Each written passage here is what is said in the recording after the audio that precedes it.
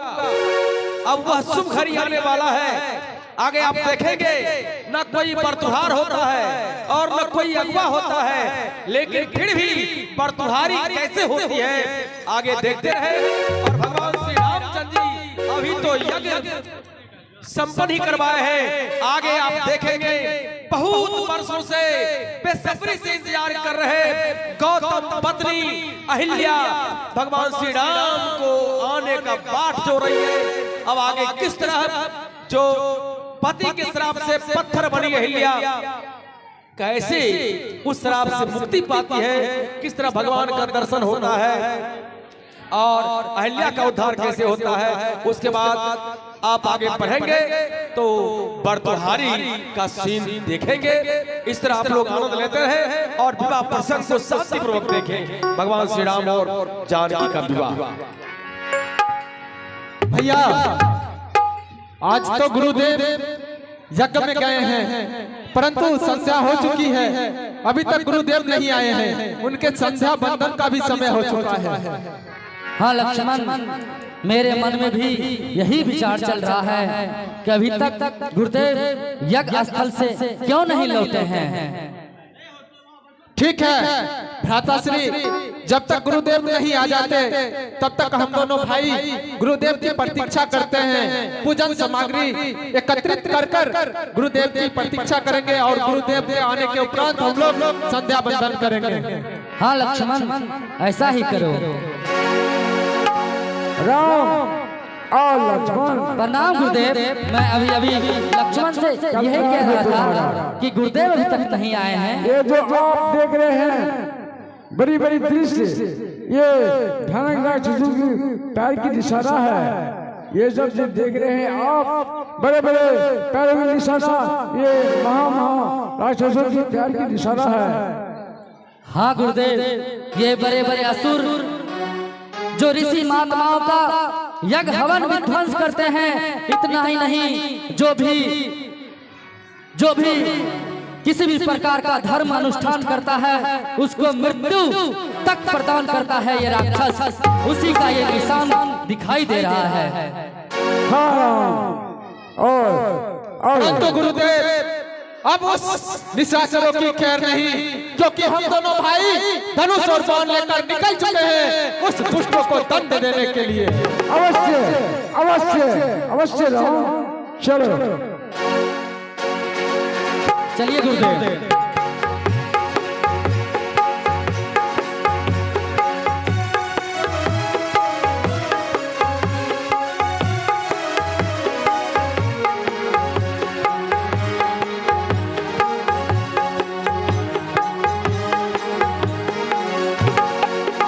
जय हो।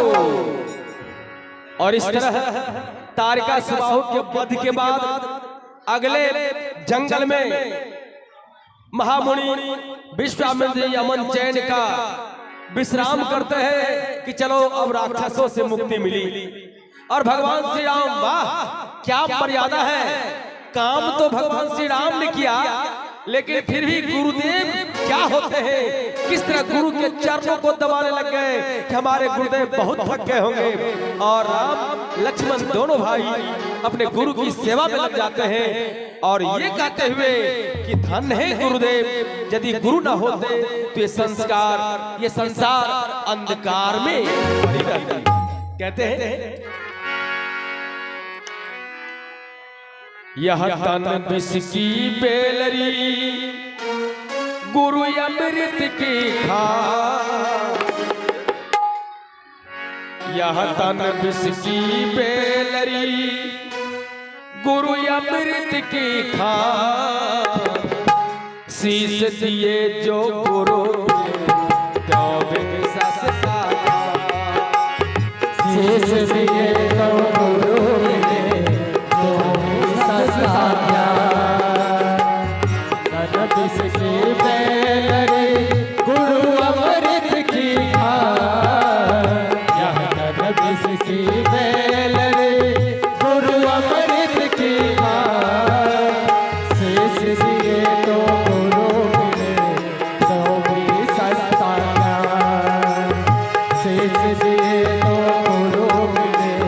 तो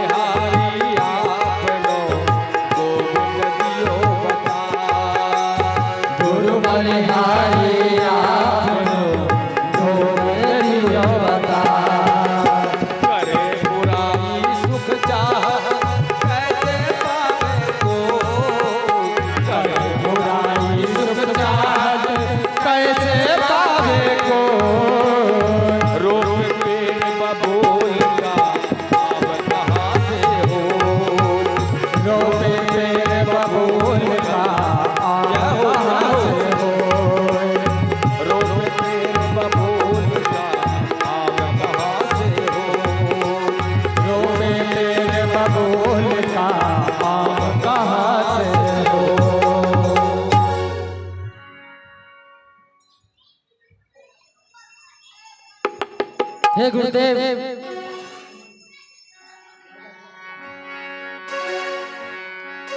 हे गुरुदेव, इस संसार में अगर गुरु न होते तो ना जाने इस सृष्टि का कैसे संचालन होता, क्योंकि गुरु का स्थान परमेश्वर से भी ऊंचा स्थान होता है। क्योंकि इस संसार में जितने भी रथी महारथी बनते हैं, जितने भी महापुरुष बनते हैं, सबके पीछे गुरु का हाथ होता है, उनका आशीर्वाद होता है। इसी बीच में आप देखेंगे, अभी जो देख रहे हैं ये शतानंद जी कहां से? जनकपुर धाम से आते हैं। उधर विदेश जनक जी को चैन नहीं है, क्योंकि मेरी बेटी शक्तिशाली है, दूल्हा भी शक्तिशाली होना चाहिए। इसी ख्याल में देश विदेश राजाओं महाराजाओं ऋषियों पुरजनों सबों को न्योता के रूप में चिट्ठी देते हैं कि हे देश देश के राजागण, आप विदेश जनक के दरबार में आकर धनुष यज्ञ में भाग लें और धनुष को उठा करके अपनी अपनी वीरता दिखाएं। और जो वीर शिव धनुष को उठाकर उस पर डोरी चढ़ा देंगे, उसी वीर के साथ में अपनी बेटी को विवाहूंगा, यही चिट्ठी लेकर के आते हैं। प्रणाम मुनिवर। कल्याण हो। हे मुनिवर, ये राजा विदेह जनक ये आपके लिए एक पत्र दिए हैं। निर्भीका कहा शतानंद ने ये देश विदेश के राजाओं महाराजाओं को ये सीता स्वयंवर में आमंत्रित किए हैं। धनुष यज्ञ के पास से मेरे राजा रहे बुला, धनुष यज्ञ के पास से मेरे राजा रहे बुला। चिट्ठी देकर इस पत्र को तुम पढ़ के सुनाओ हमें, इसमें क्या लिखा है? सुनाओ। हे गुरुदेव, क्या लिखा है? इसमें लिखा है कि मान्यवर महान तपस्वी साधुओं के महासंत तपस्वियों के उच्च स्थान पर प्राप्त महान योगी ऋषि विश्वामित्र को सादर आमंत्रण।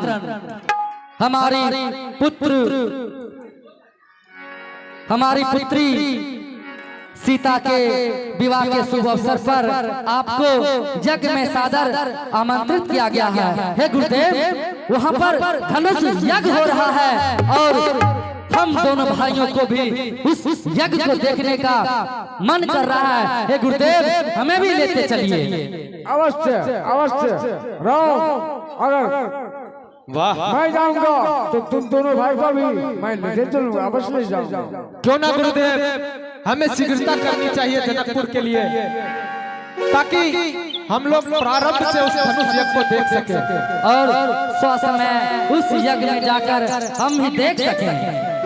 और इस तरह अवश्य अवश्य चिट्ठी पढ़ते ही राम लक्ष्मण खुश दिल होकर कहते हैं गुरुदेव हमें भी ले चलिए, जरा वहां का जाकर हम भी देखो, हमें मत छोड़िए गुरुदेव। और महामुनि विश्वामित्र जी कहते नहीं राम, तुमने बहुत बड़ा काम किया है, मैं तुम्हें संग छोड़ता रहा हूँ, चलो तुम भी मेरे साथ। जब मुझे निमंत्रण कार्ड आया है तो उस निमंत्रण में तुम मेरे साथ है, इसलिए तुम्हारा भी अधिकार बनता है, चलो। और आगे आगे महामुनि विश्वामित्र जी, पीछे पीछे राम और लक्ष्मण, अरे दोनों भाई वाह क्या खुशी से चलते हैं। आगे आप देखते रहे, उधर शक्ति सज धज कर तैयार हो रही है, तो इधर ये ब्रह्म भी गुरु के साथ बिल्कुल मुस्कुराते हुए, राम समझ रहे हैं कि अब वो घड़ी आने वाली है, मेरी शक्ति मिलने वाली है। इसी खुशी में नौता तो नहीं है, लेकिन गुरु के साथ जा रहे हैं। इसी बीच में आप देखेंगे चलते चलते चलते, जी हाँ, अभी आप भैया हेलो क्या अभी आप देख रहे हैं सामने में जो देख रहे हैं आप, ये गौतम मुनि की पत्नी अहिल्या है। अहिल्या अरे इससे बड़ी चूक हो गई थी पति के साथ, पति को पहचान नहीं सका, इनके साथ छल हुआ है, मैंने छल किया, उनके पति का रूप बनाकर इसके संसर्ग में गया, पहचान नहीं सकी अपने पति को। गौतम मुनि गंगा किनारे से लौट कर जब आते हैं, पता चला कि मेरे साथ छल किया गया है, और जो ही दौरे दौरे अपने घर को आते हैं तो इंद्र को पाया अपने घर में, बड़ा क्रोध हुआ, इंद्र को श्राप दिया, रे मूर्ख, तुम जिस कारण आया है तुम्हारे सर्वांग शरीर में भगदड़ हो जाएगा। और क्रोध में आकर अपने पत्नी से भी, अहिल्या से भी श्राप दिया कि रे तुम अपने पति को नहीं पहचान सका, रे पगली तुम्हारे साथ कोई छल कर गया और तुमने जान नहीं सका कि मेरा पति है या कौन है, जा मैं तुम्हें भी श्राप देता हूं, तुम पत्थर हो जाओ, पत्थर हो जाओ। और अपनी बेटी अंजनी को श्राप दिया कि रे पगली तुम अपने पिता को नहीं पहचाना, जा तुम्हें भी बिना पति का पुत्र होगा।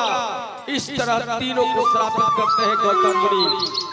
आज वही पत्थर बनी अहिल्या परी है, बेसब्री से राह जो रही है, जब जब गिड़गिड़ाने लगे पति के सामने तो गौतम मुनि ने कहा कि जब तेरे अवतार में राम अवतार लेंगे त्रेता युग में, और राम का जब दर्शन होगा, राम का जब चरण स्पर्श होगा, तब तेरा उद्धार होगा और पुनः तुम मेरे धाम को आओगे, मेरे पाओगे मेरे पास।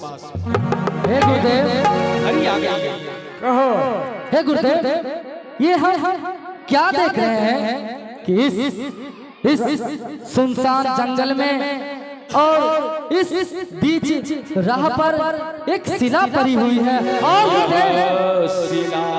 और आश्चर्य की बात है कि इस शिला के ऊपर तुलसी का भी पेड़ है। ये कैसी आश्चर्य है गुरुदेव, बताइए मुझे। यह शिला परी है रास्ते पर, बाकी सुसन्नाटा है, मुस्का के पूछा रघुवर ने, गुरुदेव यह अतरज कैसा है। राम मुस्कुरा कर अपने गुरुदेव, हे गुरुदेव, ये कैसी माया है? राम, ये गौतम ऋषि की दाढ़ी अहिल्या है, गौतम ऋषि की श्राप से इसे पत्थर की शिला बन गया है, इसलिए हे रघुनंदन, ये हजारों वर्ष से आपकी रास्ता देख रहे हैं। यह पहले गौतम पत्नी थी,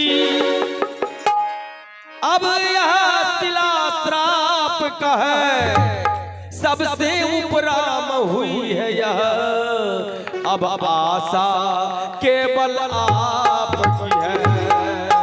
क्या बरसों से ये हमारी हाँ, आप कितने हजारों वर्ष से आपकी रास्ता देख रहे बेचारी है, अगर आप अपने चरण की धूली इसके लगा देंगे तो पत्थर की शिला से मनुष्य बन सकती है। चरण की धूली गुरुदेव, आपकी आज्ञा हो तो मैं अपना दोनों हाथ इनके ऊपर रख देता हूँ। हाँ, आप अपने चरण की धूली लगा दो, उद्धार हो। नहीं, आपके चरण की धूली का जरूरी है, और भगवान जो ही अपना पांव उस चट्टान पर रखते हैं, उद्धार पा जाती है अहिल्या, पुनः जीवित होकर के प्रभु अपने स्वरूप को पा करके अपने पति के पास जाती है, और बड़ी मस्ती में भगवान के सामने प्रार्थना करती है। यदि आप नहीं आते इस रास्ते से तो हम पत्थर ही रह जाते प्रभु। तारा है सारा जमाना,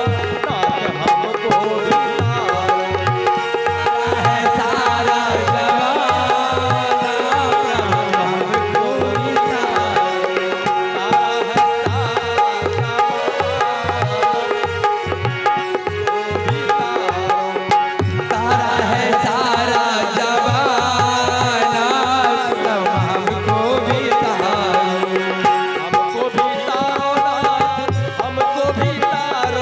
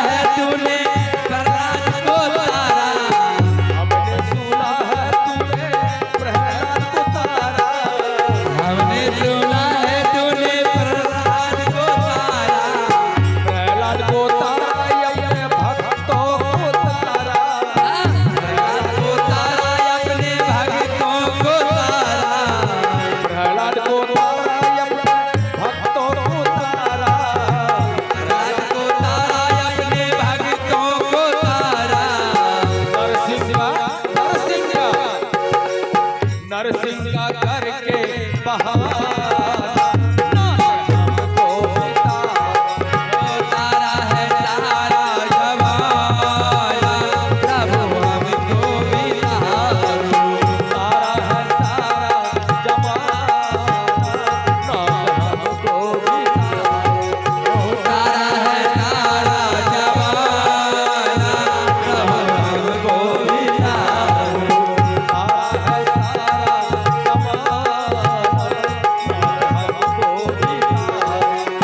तारा है तारा तारा है तारा जवाना भगवान आशीर्वचन हे देवी, पति लोग को जाने को आदेश करते हैं। मैं तुम्हें ये वरदान देता हूँ कि तुम्हें मोक्ष की प्राप्ति होगी तथास्तु बालिका। जाओ पति के धाम को। जय हो। चलो गुरुदेव चलो अब शीघ्रता कीजिए। बोलिए राजा रामचंद्र की तो इस तरह भगवान श्री राम रास्ते में जब जनकपुर चलते हैं तो बहुत सारे भक्तों को उद्धार करते हुए तारते हुए चले जा रहे हैं। आगे आप देखें कि भगवान अब जनकपुर धाम को पहुंचेंगे और जब जनकपुर धाम जाते हैं बड़ी सुंदर ये दृश्य है, बड़ी सुंदर। क्यों नहीं, आखिर जब बरतुहार आते हैं तो घर में क्या खुशियां छाती है और लोग बड़े लगनशील होकर के अपने कुटुंब को अतिथि को लिखी